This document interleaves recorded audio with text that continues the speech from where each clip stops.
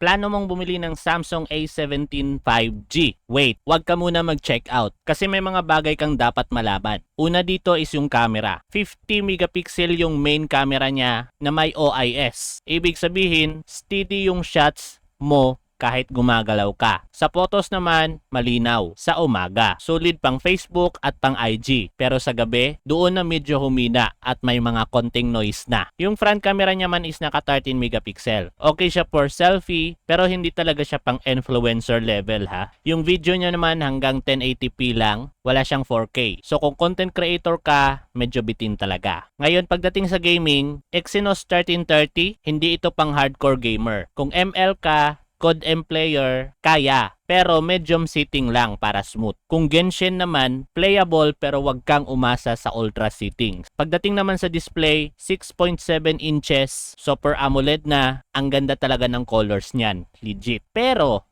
90Hz lang. So kung galing ka ng 120Hz, mapapansin mo talaga yung difference nila. Sa battery naman, 5,000 mAh battery capacity. Solid yan pang whole day usage. Pero yung charging, 25 watts lang. Medyo mabagal talaga siya kumpara sa mga bagong smartphone ngayon. Build quality, naka-Corning Gorilla Glass Victus na to, matibay. At may IP54 rated. Meaning, splash resistant siya, hindi siya waterproof. Ngayon, real talk tayo. Sa mga users, yung pinaka-feedback nila, maganda daw talaga ang display. Matagal, malobat. Pero hindi ganun kalakasan pagdating sa heavy games. At yung camera niya, masasabi nila, okay lang, pero hindi best. So ngayon, ang tanong, sulit ba? Kung casual user ka, oo. Pero kung gamer ka or content creator, baka hindi ito para sa'yo. Pero kung nakapag-decide ka na, check mo yung ating bio, nandyan na lahat ng listahan ng official and authorized store online na pwede mong pagbilhan ng paborito mong smartphone. Kaya for more legit tech tips and advice, go follow Gadget Fire. Kita-kits sa ating susunod na video.